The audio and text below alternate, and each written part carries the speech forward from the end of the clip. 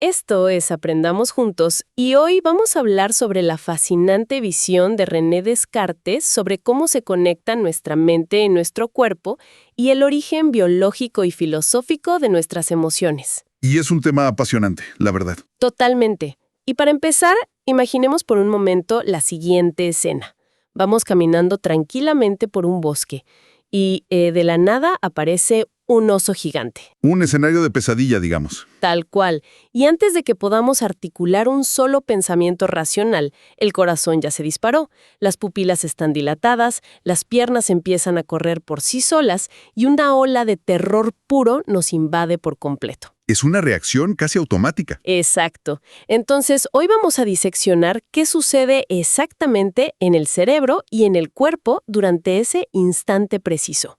Y lo vamos a hacer según la perspectiva de una de las mentes más brillantes del siglo XVII.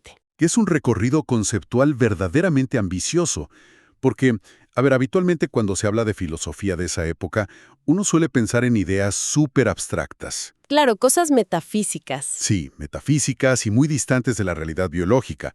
Sin embargo, este análisis detallado que nos convoca hoy se basa en un intento genuino, casi de ingeniería anatómica, por desarmar y comprender la maquinaria humana. Es fascinante y para esta inmersión profunda tenemos sobre la mesa dos textos que son pilares fundamentales. Por un lado, los principios de la filosofía y por otro, la última obra que Descartes publicó en vida, que es Las pasiones del alma. Una obra muy particular por cómo surge, además. Exactamente. Lo interesante del contexto histórico es que este último libro no nació de un capricho teórico aislado de él. Fue escrito a petición de una mente sumamente inquisitiva, la princesa Isabel de Bohemia. Que era una pensadora brillante por derecho propio. Sin duda. Ella, a través de una correspondencia muy intensa, básicamente arrinconó a Descartes. Le exigió que explicara cómo dos cosas tan distintas y separadas como el alma inmaterial y el cuerpo físico podían interactuar de manera tan perfecta. Y ese desafío que planteó la princesa obligó a Descartes a llevar sus teorías al límite absoluto. Él intentaba explicar quiénes somos realmente y, más importante aún, cómo podemos dominar nuestras reacciones más profundas. Usando la ciencia de su época, ¿verdad?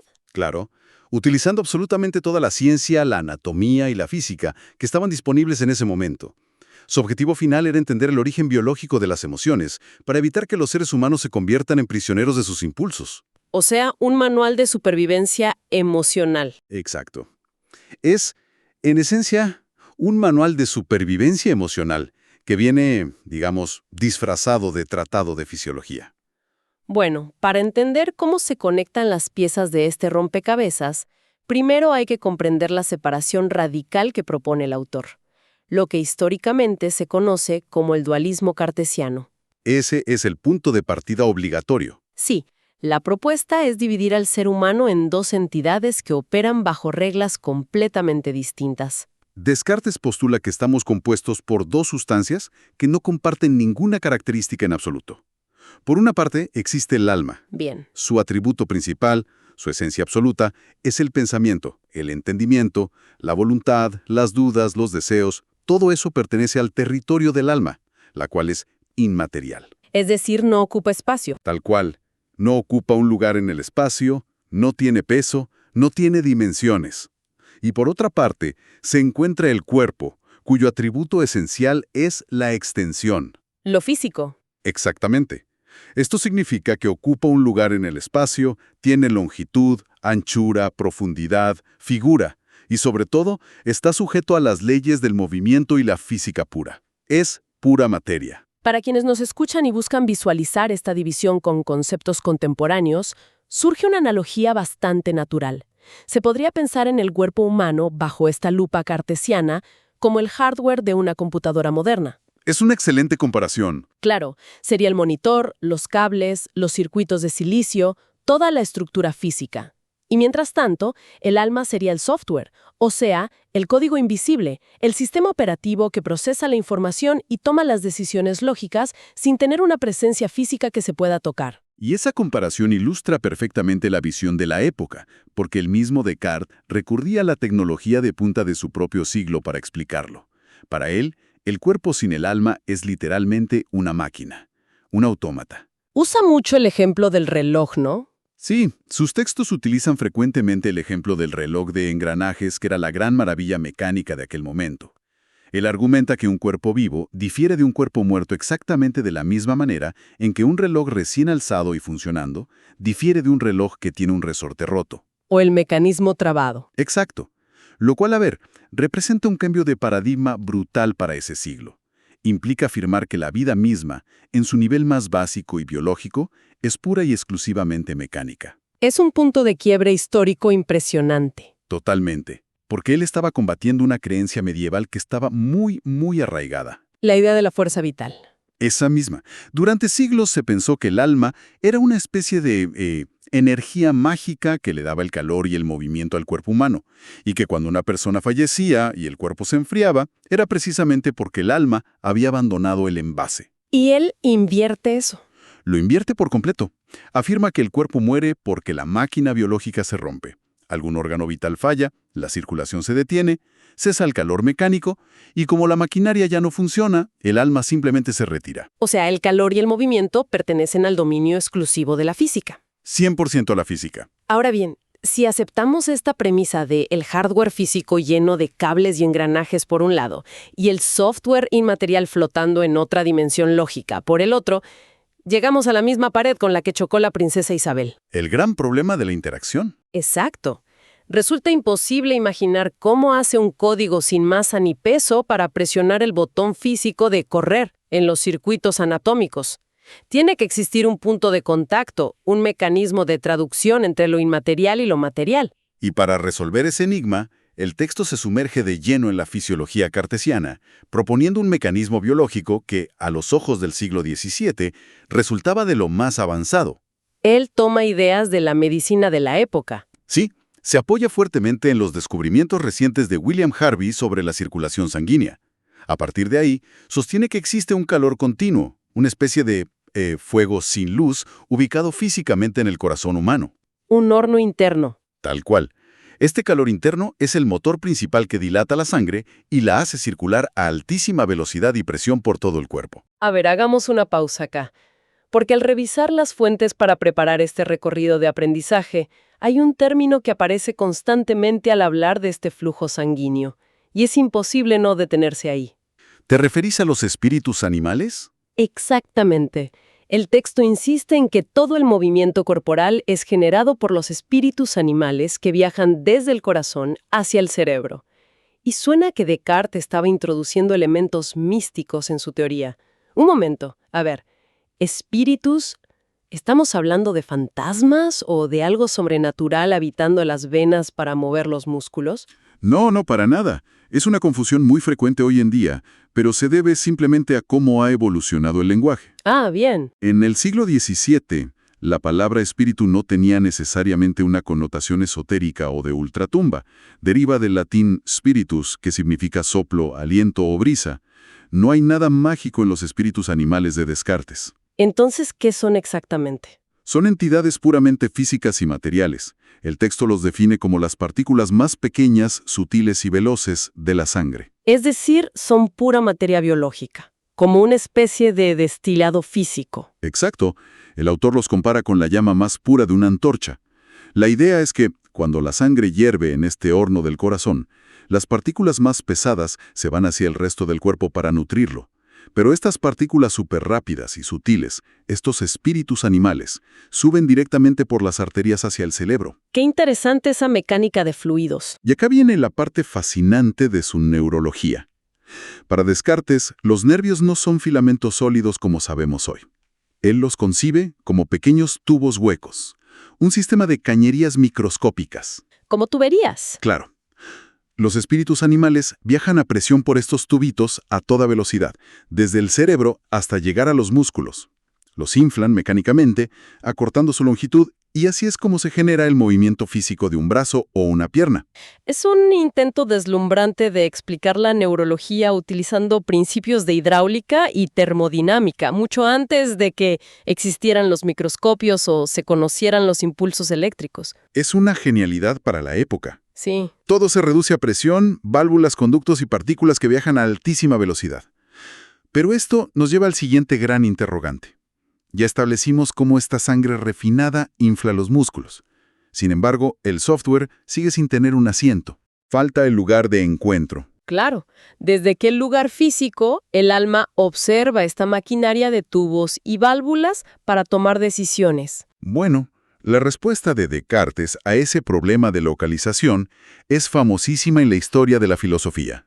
Él postula que si bien el alma está unida a la totalidad del cuerpo, ejerce su función de manera principal en una glándula diminuta. ¿Que está en el cerebro? Sí, ubicada justo en el centro geométrico del cerebro, la glándula pineal. Pero a ver, de toda la vasta y compleja anatomía del cerebro humano, ¿por qué elegir precisamente esa pequeña glándula? ¿Se basa en alguna deducción lógica sobre su forma? Es una deducción tan ingeniosa como lógica para los conocimientos anatómicos que tenían. Descartes se da cuenta de un problema fundamental en nuestra percepción. Gran parte de nuestra anatomía sensorial es doble. Tenemos 2 ojos, 2 oídos. 2 manos, exacto. Incluso el cerebro mismo está dividido en 2 hemisferios muy marcados. Sin embargo, la experiencia humana de la realidad es singular. Es verdad. No vemos 2 realidades superpuestas, ni tenemos pensamientos divididos. Tenemos una única experiencia unificada de la conciencia. Claro, toda esa información duplicada tiene que converger y mezclarse en un solo punto. Como una sala de proyección donde 2 cintas distintas se unen para mostrar una sola película en la pantalla de la conciencia. Esa es la lógica precisa. Al buscar en la anatomía cerebral una estructura que pudiera funcionar como ese punto de unificación, Descartes nota que la glándula pineal es una de las pocas estructuras centrales que es singular, que no está dividida en 2 mitades. Y de ahí concluye su función. Por lo tanto, concluye que es el único lugar físico donde las imágenes o impresiones dobles pueden unirse antes de ser presentadas al alma. Llegados a este punto, hay que abordar el problema central que seguramente está pensando nuestra audiencia. Lo que en la filosofía moderna se llama el problema duro de la conciencia. Sí, el gran dilema.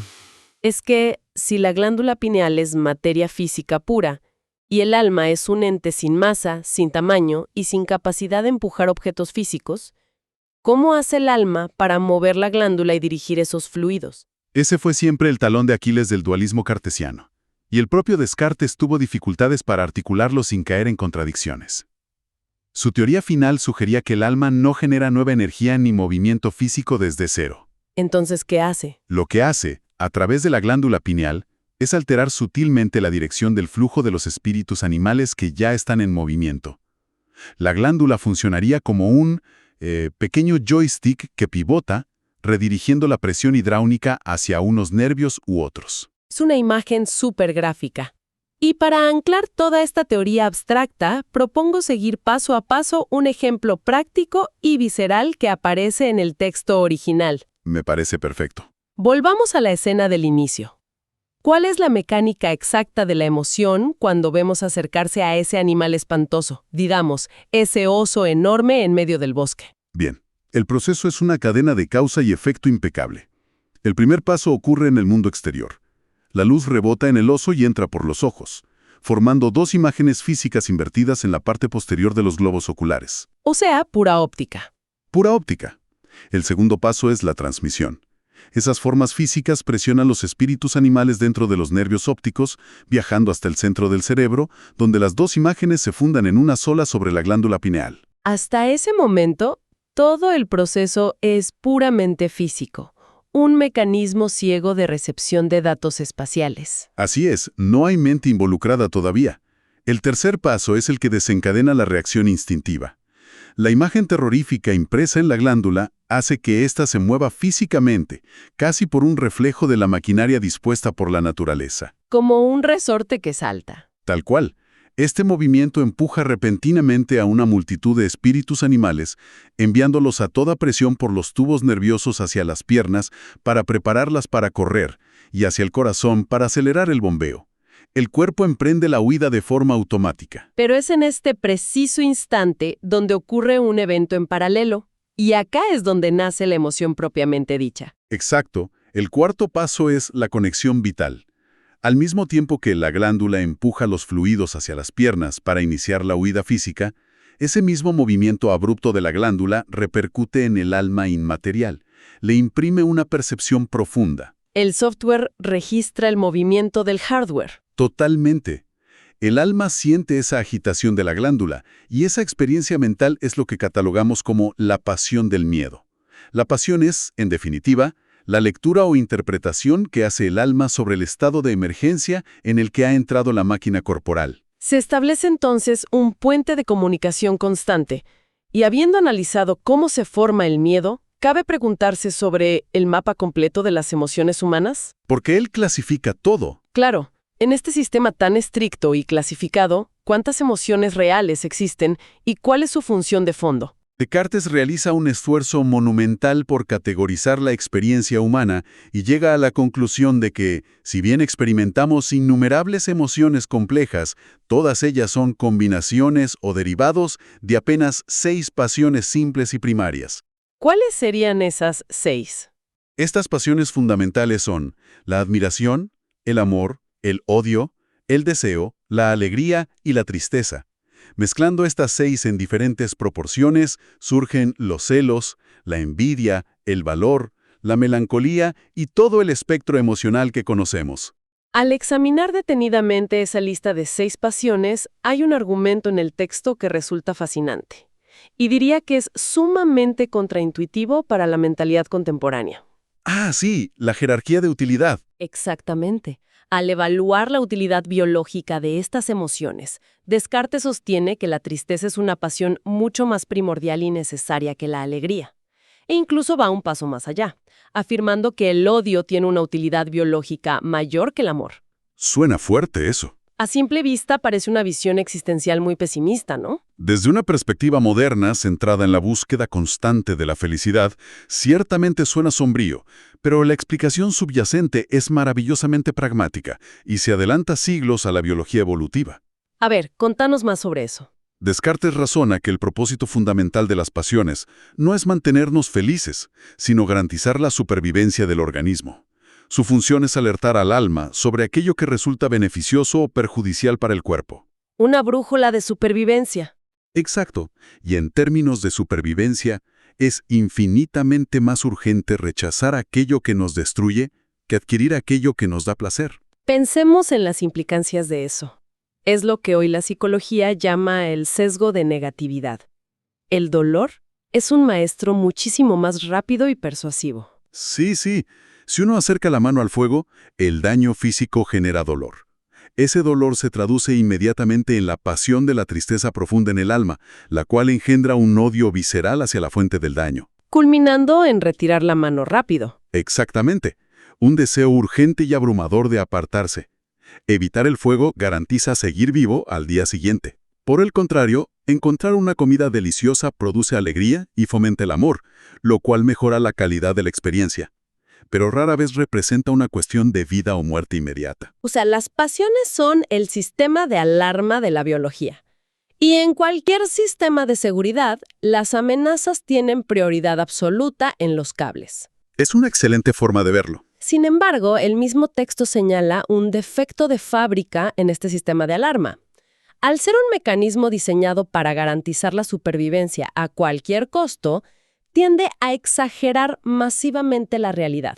Como un detector de humo ultrasensible. Tal cual. Está calibrado para dispararse ante la menor sospecha. Las pasiones representan los posibles daños o beneficios mucho más grandes y dramáticos de lo que verdaderamente son en la realidad objetiva. Hacen que un peligro menor parezca una catástrofe inminente. O que un placer trivial parezca la clave de la existencia. Totalmente. Nos empujan a huir con desesperación o a obsesionarnos ciegamente. El peligro radica en que, si la vida se rige exclusivamente por estas alarmas exageradas, se pierde por completo el sentido de la proporción y la conexión con la realidad. Lo que nos lleva inevitablemente a la transición causal más importante de este recorrido. Si somos una maquinaria fisiológica que reacciona de forma automática, y si nuestras emociones son simplemente lecturas de un sistema de alarma que además tiende a exagerar, la pregunta que surge es inquietante. ¿Estamos condenados a ser prisioneros de esta biología? Claro, ¿existe margen para la libertad o el ser humano es esclavo de sus propios espíritus animales. Aquí es donde la obra despliega todo su potencial como guía de vida, introduciendo el concepto de la voluntad y el libre albedrío para encontrar la salida de este laberinto mecánico. Descartes sostiene firmemente que no somos esclavos. ¿Bien? Sin embargo, hace una advertencia crucial basada en la fisiología que ya establecimos. El alma no tiene el poder de apagar una pasión violenta de forma instantánea. No funciona como un interruptor eléctrico que corta la corriente. Pero, a ver, si aceptamos que el alma es la instancia superior, la que toma las decisiones lógicas, ¿por qué no podría simplemente ordenar que el miedo o la ira se detengan en ese mismo instante? Porque no se puede ignorar la inercia del sistema físico.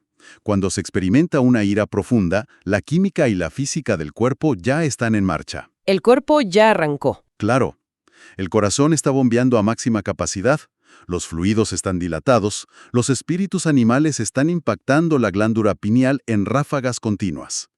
El alma inmaterial no tiene la fuerza bruta para frenar el flujo de la sangre hirviendo de golpe. Es como tratar de frenar un tren en movimiento con las manos. Exactamente. Mientras dure esa tormenta mecánica en el cuerpo, la emoción seguirá resonando en el escenario de la mente. No obstante, lo que el libre albedrío y la voluntad sí pueden hacer, de forma inmediata, es negar el consentimiento a los efectos prácticos de esa pasión.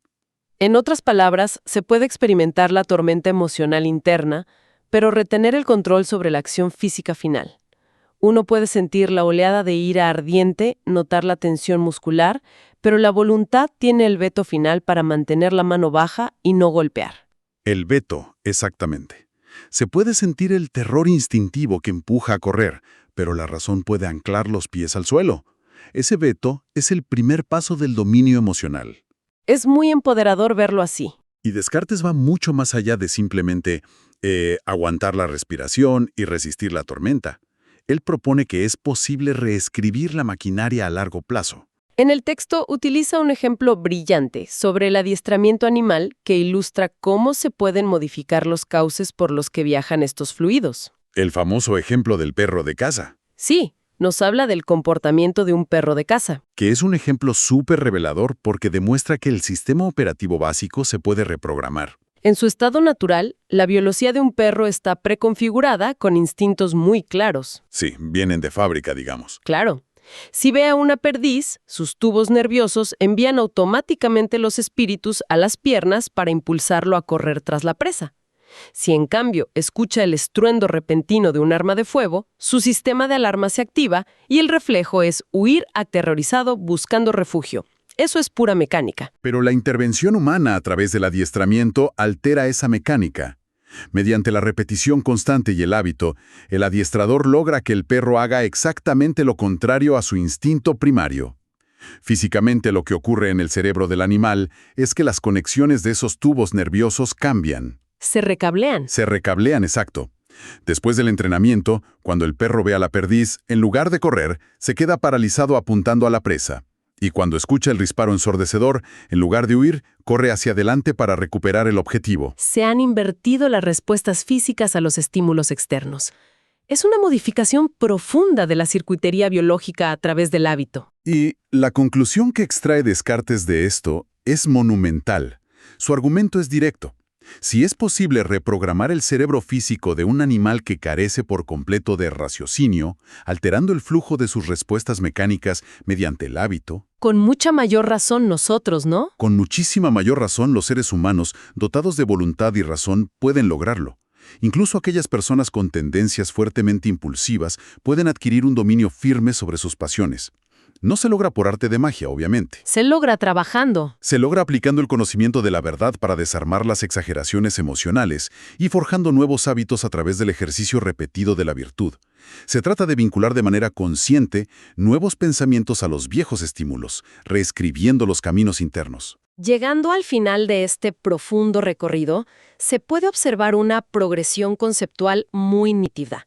En los textos, queda delineada la imagen de una entidad dual. Por un lado, una máquina física asombrosamente compleja, operada por presión, calor interno y partículas veloces.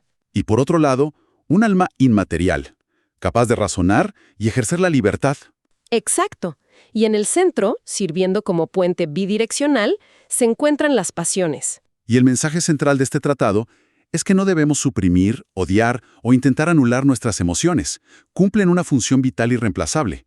Son nuestro mapa sensorial en un mundo lleno de peligros. Nos indican qué rechazar y qué buscar. El desafío no radica en dejar de sentir, sino en dejar de creerles a ciegas. Totalmente. Esa es la síntesis perfecta. Las emociones entregan un reporte de la situación, pero es la sabiduría, templada por la razón y la experiencia, la que debe auditar ese reporte para filtrar las exageraciones del instinto. Esa es la clave absoluta del dominio emocional cartesiano. Para cerrar, me parece que vale la pena plantear una reflexión que toma estas ideas concebidas hace siglos y las proyecta directamente sobre nuestra realidad cotidiana. Es evidente que Descartes no contaba con herramientas modernas. No podía ver neuronas ni hacer tomografías. No, claro, todo era deducción. Pero su intuición deductiva de que los movimientos del cerebro y los flujos en los canales nerviosos pueden desconectarse de sus estímulos originales y reconfigurarse mediante la repetición y el hábito sostenido, eso es en esencia lo que la neurociencia contemporánea ha bautizado como neuroplasticidad. Es sorprendente cómo logró conceptualizar la base mecánica de la adaptación cerebral basándose únicamente en la lógica y la observación. Y esto nos deja con una interrogante inmensa, una idea provocadora para que quienes nos escuchan la reflexionen en su propio entorno. Hoy habitamos una era digital caracterizada por la economía de la atención. Existen algoritmos externos diseñados minuciosamente por miles de ingenieros con el propósito expreso de manipular nuestras pasiones. Manipulan el sistema de alarma. Todo el tiempo. Son sistemas optimizados para generar ciclos de indignación constante, deseos prefabricados o miedos exagerados, secuestrando la atención continuamente. Sabiendo ahora que nuestra maquinaria interna es moldeable y puede ser programada, la pregunta es: ¿estamos cultivando activamente nuestros propios hábitos para ser dueños de nuestras respuestas o hemos cedido el control dejando que la máquina funcione en piloto automático, programada por los estímulos de otros? Una excelente pregunta para llevarse hoy. Hasta la próxima.